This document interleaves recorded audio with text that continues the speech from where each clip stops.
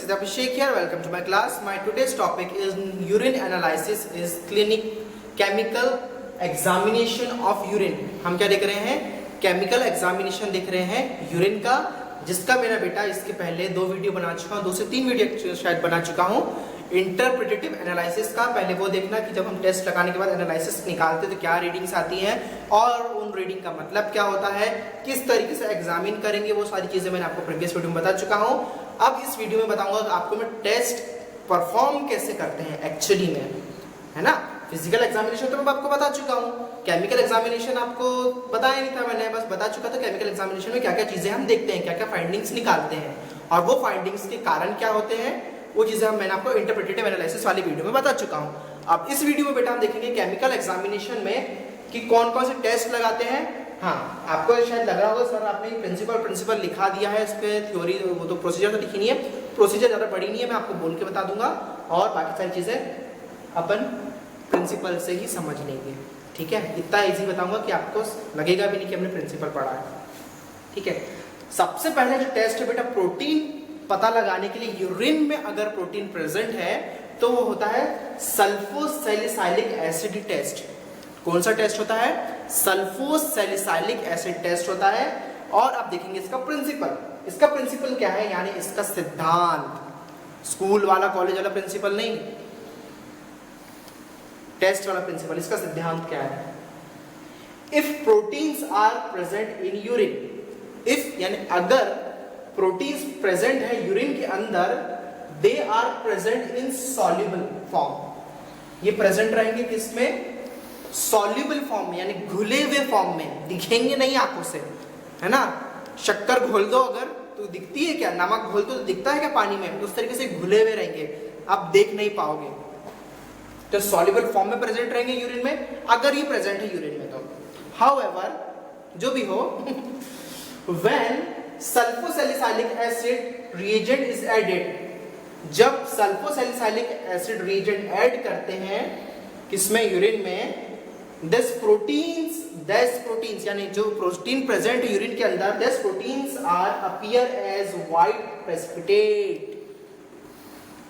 उसमें जो प्रोटीन है वो अपीयर होगा यानी दिखेगा, नजर आएगा एज अ व्हाइट, सफेद प्रेसिपिटेट, यानी ऊपर जो जमा हुआ रहेगा, ऊपर दिखेगा जमा हुआ, व्हाइट प्रेसिपिटेट के जैसे दिखेगा।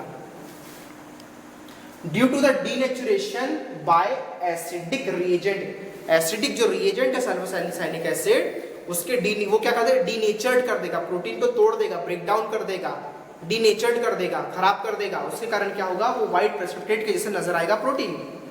Presence of turbidity eight top of the reagent, जो प्रेजेंस है यानी जो मौजूदगी है टर्बिडिटी की यानी धुंधलेपन की, at the top of the reaction के टॉप में, top of the reaction mixture indicates presence of protein in urine, यानी कि जो presence turbidity at the top of the reaction mixture के जो टॉप में प्रेजेंट है, क्या है, टर्बिडिटी, धुंधलापन जो प्रेजेंट है, वो क्या इंडिकेट करता है, presence of protein in urine, यानी ये इंडिकेट करता है कि भाई प्रोटीन प्रेजेंट है यूरिन के अंदर।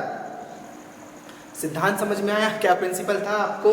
प्रिंसिपल क्या है, इफ प्रोटीन्स आर प्रेजेंट, अगर प्रोटीन प्रेजेंट है यूरिन के अंदर, सॉल्युबल, वो किस फॉर्म में प्रेजेंट रहेंगे, सॉल्युबल फॉर्म में प्रेजेंट रहेंगे, पर जब सल्फोसैलिसाइलिक एसिड को डाला जाता है, ऐड किया जाता है यूरिन सैंपल के साथ, तो जो उसका प्रोटीन है वो क्या हो जाता है, डीनेचर्ड हो जाता है और अपीयर होता है व्हाइट प्रेसिपिटेट के रूप में, है ना। क्यों? क्योंकि जो रिएजेंट है वो क्या कर देता है, डीनेचरेशन कर देता है प्रोटीन का।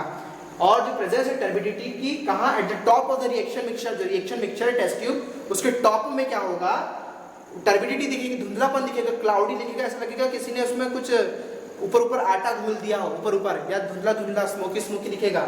और ये क्या इंडिकेट्स करता है, presence of protein in urine, और ये इंडिकेट करता है कि भाई प्रोटीन प्रेजेंट है यूरिन के अंदर। अब टेस्ट कैसे करेंगे? प्रिंसिपल जानना जरूरी है क्योंकि आंसर में तो प्रिंसिपल ही लिखना पड़ेगा, प्रोसीजर तो कोई पूछता नहीं है ना। प्रिंसिपल लिखो, उसका आप रिएजेंट कौन सा यूज कर रहे हो वो लिखिए। कहीं भी आप जाओगे वाइवा में तो आपको सबसे पहले प्रिंसिपल पूछ जाएगा, ठीक है, किसका प्रिंसिपल क्या है बेटा, तभी तो ज्यादा मार्क्स देगा वाइवा वाला, है ना। इंटरव्यू में जाओगे, कॉम्पिटेटिव एग्जाम्स में अगर कुछ कोई क्वेश्चन आया जिसमें लिखना पड़ा तो उसमें इस तरीके के चीज़ें आपको पता होना जरूरी नहीं है। अब बेटा हमने इसका प्रिंसिपल देख लिया, अब प्रिंसिपल के बाद देखेंगे इसका प्रोसीजर। प्रोसीजर के लिए हमको क्या क्या चाहिए, टेस्ट ट्यूब चाहिए एक हमको, ठीक है, बड़ी सी टेस्ट ट्यूब चाहिए। टेस्ट ट्यूब के बाद क्या चाहिए हमको, बर्नर चाहिए। बर्नर इसमें नहीं चाहिए हमको, बर्नर नेक्स्ट वाले टेस्ट में लगेगा। टेस्ट ट्यूब, टेस्ट ट्यूब के साथ साथ हमको क्या चाहिए, सल्फोसैलिसाइलिक एसिड, ठीक है, और यूरिन सैंपल। ये तीन चीज लगेगी। क्या क्या लगेगी हमको, टेस्ट ट्यूब, सल्फोसैलिसाइलिक एसिड और यूरिन सैंपल। हमने एक 3 to 4 ml हमने क्या लिए, यूरिन सैंपल लिया, ठीक है। चलो 5 ml ले लिया हमने urine sample. 5 ml urine sample लेने के बाद क्या करोगे आप, ऊपर से उसमें ऐड करोगे सल्फोसैलिसाइलिक एसिड। सल्फोसैलिक एसिड ऐड करोगे कितना, 2 to 3 ड्रॉप्स हमने ऐड किया। सबसे पहले क्या लिया, टेस्ट ट्यूब लिया, यूरिन लिया 5 ml, उसमें 2 to 3 ड्रॉप्स हमने क्या डाला, सल्फोसैलिसाइलिक एसिड डाला। डालने के बाद 5 मिनट रुकोगे। 5 मिनट के बाद उसमें टर्बिडिटी अगर उसके टॉप में नजर आई तो समझ लेना इसमें प्रोटीन प्रेजेंट है, अगर नहीं आई तो मतलब प्रोटीन प्रेजेंट नहीं है। इतना सा इसका प्रोसीजर है, ठीक है। अब आगे बढ़ते हैं, अब दूसरे टेस्ट पे आते हैं। एक और टेस्ट है जिसको बोलते हैं heat and acetic acid method. Heat या एसिटिक एसिड मेथड, इसका प्रिंसिपल क्या है, proteins are denatured by heating. Proteins क्या हो जाते हैं, डीनेचर्ड हो जाते हैं, यानी कि समझ लो पक जाते हैं एक तरीके से। प्रोटीन पका दिए आपने, कुक कर दिए हो। Proteins are denatured by heating, heating के द्वारा प्रोटीन क्या है, पक गया है ना, डीनेचर्ड हो गया by heating. And there protein structures get disrupted, और जिसका प्रोटीन स्ट्रक्चर क्या हो गया, डिसरप्ट हो गया है, बिगड़ गया है। Denatured protein appears as white precipitate. जो डीनेचर्ड यानी जो खराब हुआ वाला या जमा वाला जो कोगुलेट हो गया वाला जो प्रोटीन है वो क्या होगा, appears as white precipitate. White precipitate के ऊपर, यानी प्रेसिपिटेट यानी ऊपर रहता है, सेडिमेंट नीचे रहता है ना, कंफ्यूज नहीं होना। प्रेसिपिटेट यानी बोला तो टॉप में रहता है, टॉप में अगर कोई चीज रही यानी प्रेसिपिटेट, नीचे कोई चीज रही बॉटम में यानी सेडिमेंट, ठीक है। सुपरनेटेड भी बोला जाता है प्रेसिपिटेट के वाले पोर्शन को, ठीक है। Denatured protein appears as white precipitate. Presence of turbidity, यानी टर्बिडिटी का प्रेजेंट रहना, which persist after the addition of glacial acidic acid। यानी टर्बिडिटी प्रेजेंट है कब, which persist after addition, यानी persist यानी बनी हुई है, टर्बिडिटी बनी हुई है आफ्टर द एडिशन ऑफ, यानी कि मिलाने के बाद। किस चीज का एडिशन कर रहे हैं, addition of glacial acid, acidic acid को मिलाने के बाद भी आपने हीट कर दिया, टर्बिडिटी आ गई। टर्बिडिटी अगर प्रेजेंट है, ग्लेशियल एसिडिक एसिड मिलाने के बाद भी अगर टर्बिडिटी नहीं गई, क्या इंडिकेट करता है, indicates presence of protein in urine. ये इंडिकेट करता है कि प्रोटीन भाई यूरिन में प्रेजेंट है। क्लियर हुई बात, मैं क्या बताना चाह रहा हूं आपको, दोनों में क्या हो रहा है, डीनेचुरेशन हो रहा है, प्रोटीन का प्रोटीन टूट जा रहा है, प्रोटीन पक जा रहा है, अगर नॉर्मल लैंग्वेज में बोलूं मैं इसको तो। और डीनेचर्ड होने के कारण क्या हो रहा है, टर्बिडिटी फॉर्म कर रहा है top of the test tube में, के ऊपर प्रेसिपिटेट वाले फॉर्म में व्हाइट कलर का प्रेसिपिटेट फॉर्म हो रहा है। और क्या हो रहा है, एक में अगर हमने, एक में हम जब डालते हैं सल्फोसैलिक एसिड तब आता है, एक में जब हीट करते हैं तब आता है। पर हीट करने के बाद अगर बना रहता है तो यानी प्रोटीन प्रेजेंट है। अगर ग्लेशियल एसिडिक एसिड डालने के बाद भी अगर बना हुआ है तो है। इसका टेस्ट कैसे लगाएंगे, 5 to 10 ml हमने क्या लिए, यूरिन सैंपल लिए, 5 to 10 ml हमने यूरिन सैंपल लिए, है ना। अब यूरिन सैंपल को हमने क्या करना है, हीट करना है। इसके रिक्वायरमेंट्स में क्या लिखोगे, लैब रिक्वायरमेंट्स में टेस्ट ट्यूब, बर्नर, क्या क्या लगेगा हमको एसिटिक एसिड टेस्ट करने के लिए, टेस्ट ट्यूब लगेगा, बर्नर लगेगा, यूरिन सैंपल लगेगा, टेस्ट ट्यूब होल्डर लगेगा, सेंट्रीफ्यूज लगेगा और एसिटिक एसिड लगेगा, ठीक है। सेंट्रीफ्यूज अगर नहीं भी यूज करा चलता है, बिना सेंट्रीफ्यूज के भी हम इसको कर सकते हैं, ठीक है। अगर सेंट्रीफ्यूज करना है नहीं करना है वो आपके ऊपर डिपेंड करता है, लैब के अपने अपने स्टैंडर्ड्स रहते हैं, भाई तुम्हारी लैब में करते होंगे, हमारी लैब में तो नहीं करते, ठीक है। अब क्या करना है हमको, ये बुक का फॉर्मेट बता रहा हूँ कि इसमें सेंट्रीफ्यूज भी रहता है बुक के फॉर्मेट में। तो क्या क्या लगेगा हमको, टेस्ट ट्यूब होल्डर जिससे टेस्ट ट्यूब को पकड़ के रखा जाए, और क्या लगेगा, एसिटिक एसिड लगेगा, बर्नर लगेगा और इतनी सारी चीजें लगेंगी हमको। तो हमने क्या लिया, टेस्ट ट्यूब लिया 5 to 10 ml, उसमें यूरिन सैंपल लिया, उसको हमने क्या पकड़ा, टेस्ट ट्यूब होल्डर से पकड़ा, बर्नर को जलाया, वही जलाने के बाद क्या करोगे, पार्शियल हीट करोगे, है ना। जैसे कि मेरे पास ये बॉटल है और ये बर्नर है मेरे पास, ये टेस्ट ट्यूब है।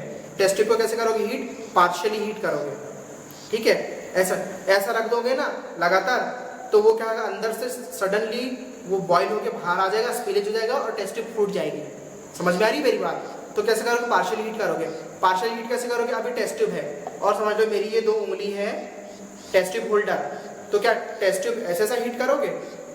दिख रहा है भाई बॉईल हो रहा है, हाँ।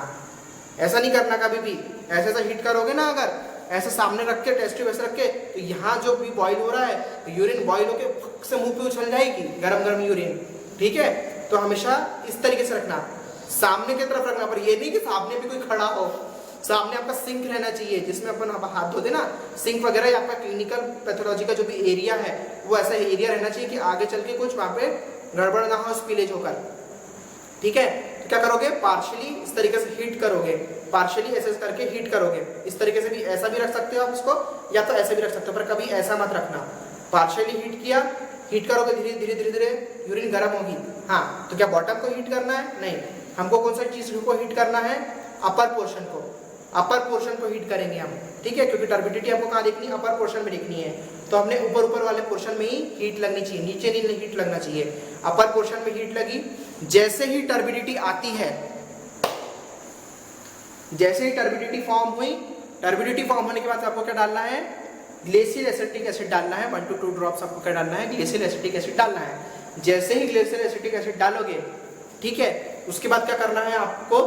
अगर उसमें फॉस्फेट के कारण टर्बिडिटी फॉर्म हुई होगी तो वो दब जाएगी, वो ग्लेशियल एसिटिक एसिड के कारण क्या होगी? टर्बिडिटी हट जाएगी, वापस क्लियर हो जाएगी यूरिन। फॉस्फेट के कारण भी टर्बिडिटी दिखती है, ठीक है। तो फॉस्फेट के, ये मत खुश हो जाना अरे टर्बिडिटी आ गई, प्रोटीन प्रेजेंट है, नहीं। ग्लेशियल एसिटिक एसिड डालने के पहले कोई भी आपका मतलब दिमाग में बात मत बनाना कि भाई प्रोटीन प्रेजेंट है, जब तक ग्लेशियल एसिटिक एसिड ना डालो। फॉस्फेट के कारण भी टर्बिडिटी आ जाती है, ठीक है। तो जैसे ही ग्लेशियल एसिटिक एसिड डाला हमने और उसको फिर से हीट किया अगर, और फिर से हीट करा उसको, और तब भी अगर टर्बिडिटी प्रेजेंट है तो समझ जाओ कि प्रोटीन भाई प्रेजेंट है यूरिन में। क्लियर हुई बात? प्रिंसिपल से अपन ने पूरा समझ लिया। प्रोसीजर इसकी बहुत सिंपल थी, बच्चे लोग प्रोसीजर लिख लेना, मैंने बोल के बता दिया है, बहुत सिंपल प्रोसीजर है। इसमें यानी सल्फोसैलिक एसिड टेस्ट में क्या करेंगे अपन? कितना मिलाएंगे? 3 to 5 ml हमने यूरिन सैंपल लिया। यूरिन सैंपल लेने के बाद क्या डालेंगे हम? उसमें सल्फोसैलिक एसिड डालेंगे, और सल्फोसैलिक एसिड डालने के बाद अगर ऊपर वाले अब टॉप पोर्शन में टर्बिडिटी फॉर्म हुई यानी प्रोटीन प्रेजेंट है, ठीक है। और हीट एसिटिक एसिड मेथड में हमने क्या किया? क्या करते हैं? 5 to 10 ml हमने यूरिन सैंपल लिया। लेने के बाद क्या करोगे बेटा? आप उसको हीट करोगे, उसके टॉप वाले पोर्शन को। जैसे टर्बिडिटी दिखी हमको, पार्शियली हीट करना है। जैसे टर्बिडिटी यानी धुंधलापन दिखा ऊपर वाले पोर्शन में, क्लाउडीनेस, तो आप टेस्ट ट्यूब रिमूव कर लोगे। रिमूव करने के बाद उसमें glacial acetic acid 2 to 3 drops डालोगे। हाँ, वापस हीट करोगे। अगर प्रेसिपिटेट में अगर जो व्हाइट प्रेसिपिटेट हुआ है अगर वो चले गया यानी प्रोटीन प्रेजेंट नहीं है उसमें, फॉस्फेट के कारण भी टर्बिडिटी फॉर्म हो जाती है ना। प्रोटीन प्रेजेंट उसमें नहीं है अगर वो ग्लेशियल एसिटिक एसिड डालने के बाद भी चले गया। रीहीट करने के बाद भी अगर ग्लेशियल एसिटिक एसिड डालने के बाद भी उसमें टर्बिडिटी मौजूद है यानी कि प्रोटीन प्रेजेंट है। अब एक टर्म आता है जिसको बोलते हैं हम बेंस जोन्स प्रोटीन बोला जाता है। बेंस जोन्स करके एक प्रोटीन होता है जो कि मल्टीपल माइलोमा जैसी कंडीशन में यानी कैंसर वाली कंडीशन में जब कैंसर हो जाता है ना पेशेंट को, उस कंडीशन में भी प्रोटीन दिखता है यूरिन में, ठीक है। तो वो एक अलग ही टर्म है, तो उस कंडीशन में भी दिख जाता है, पर वो पेशेंट ही अलग रहते हैं। मल्टीपल माइलोमा वाले पहले से ही पता रहेगा कि भाई इसको कैंसर है करके, तो उसके यूरिन सैंपल में भी प्रोटीन नजर आएगा, ठीक है। मैंने आपको बताया ना प्रोटीन किस कंडीशन में प्रेजेंट रहता है, कार्सिनोमा जैसी कंडीशन में प्रेजेंट रहता है ना प्रोटीन, इसलिए प्रेजेंट रहता है क्योंकि मल्टीपल माइलोमा रहता है उनको, और क्योंकि भाई ये बेन साहब ने हमारे इसकी डिस्कवरी करी थी, इसलिए इसको बेंस जोन्स प्रोटीन कहा जाता है, ठीक है। तो हमारा ये टॉपिक बेटा केमिकल एग्जामिनेशन ऑफ यूरिन में प्रोटीन एग्जामिनेशन कैसे करते हैं यूरिन का, इस वीडियो में कंप्लीट होता है। आने वाले वीडियो में हम इसका ग्लूकोज टेस्ट देखेंगे कि ग्लूकोज टेस्ट कैसे करा जाता है अगर ग्लूकोज प्रेजेंट है। यूरिन में, और कीटोन्स बॉडी अगर प्रेजेंट है, और बाइल सॉल्ट, बाइल पिगमेंट, सब चीज़ हम बनाएंगे। वीडियो पसंद आया है अगर तो सिर्फ कमेंट कर दो, मैं नहीं बोलूँगा लाइक शेयर सब्सक्राइब करने के लिए, कमेंट ये कर दो कि सर हमको आपने जो पढ़ाया है वो समझ में आया है, और अगर नहीं आया है तो बता दो कि सर समझ में नहीं आया है, मत बनाया करो ये वीडियोस वगैरह, घर बैठ जाओ बंद कर दो। तो ऐसा भी मतलब मुझे पता तो चले कि आपको चीज़ जो मैं इतनी मेहनत से आपको समझा रहा हूँ आप तक जा रही है कि नहीं जा रही है, तो मेरा ये बनाने का कोई मतलब ही नहीं है। ठीक है, तो थैंक यू फॉर वॉचिंग।